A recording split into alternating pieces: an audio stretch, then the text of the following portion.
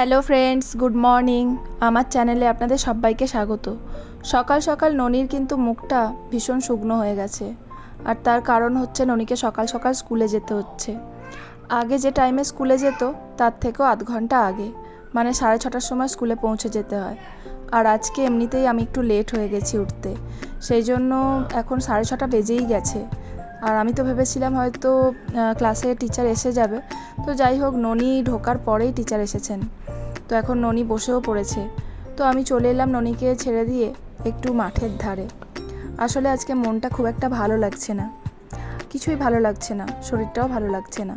তো সেই জন্য ভাবলাম একটু প্রকৃতির কাছে এসে ভালোভাবে নিঃশ্বাসটা নিই, কিন্তু ভীষণ রোদ। আসলে আমি যতই ভাবি পজিটিভিটি নিয়ে থাকবো, নেগেটিভিটি আসতে দেবো না, তবু মাঝে মাঝে জানি না মনটা কেন নেগেটিভিটির দিকেই যায়।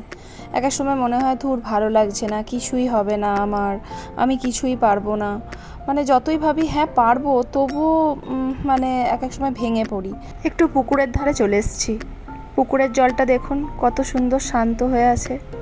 আমার এই পুকুরের ধারে বসতে ইচ্ছে করছে, কিন্তু আমি তো বাড়ির বউ, তাই আমি এখানে বসতে পারবো না। তাই এখানে দাঁড়িয়ে একটু ভিডিওই করে নিলাম।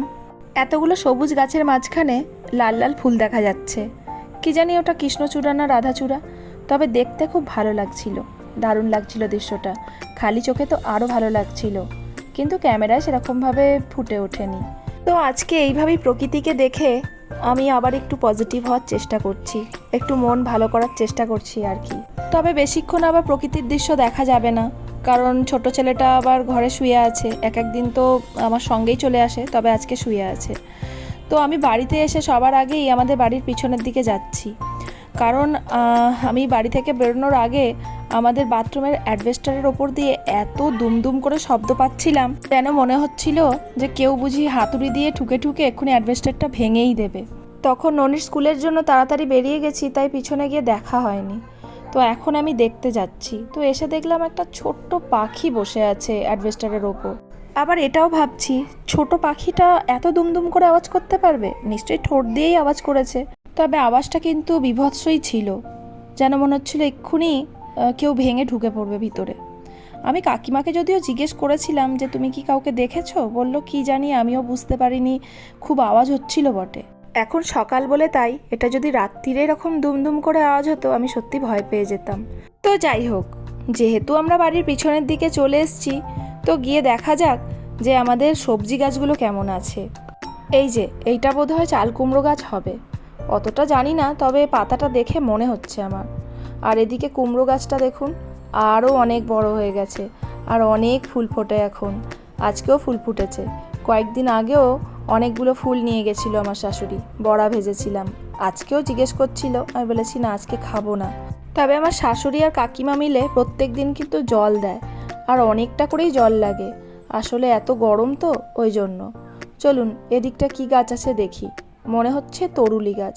আসলে আমরা এটাকে তরুলিই বলি, তবে আমার শাশুড়ি মানে আমার শ্বশুরবাড়ির লোকেরা এটাকে কুদুলি বলে। তো কুদুলি হোক বা তরুলি হোক, হয়েছে ভালোই।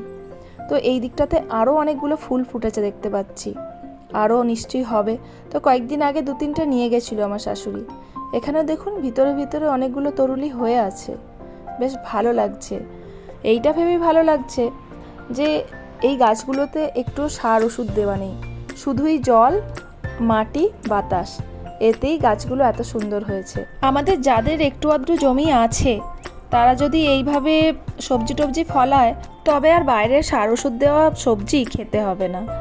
তো আমার বর তো এইগুলো খুবই ভালোবাসে, ওই জন্যই তো এত সুন্দরভাবে বাগানটাকে পরিষ্কার করে দিয়ে গেছিলো। আর আমার খারাপ লাগে ও এত কষ্ট করলো, আর ওই একটুও আমাদের ঘরের সবজি বা ঘরের রান্না খেতে পায় না, সেই দূরে পড়ে থাকতে হয় ডিউটির জন্য। খুবই খারাপ লাগে ওর জন্য।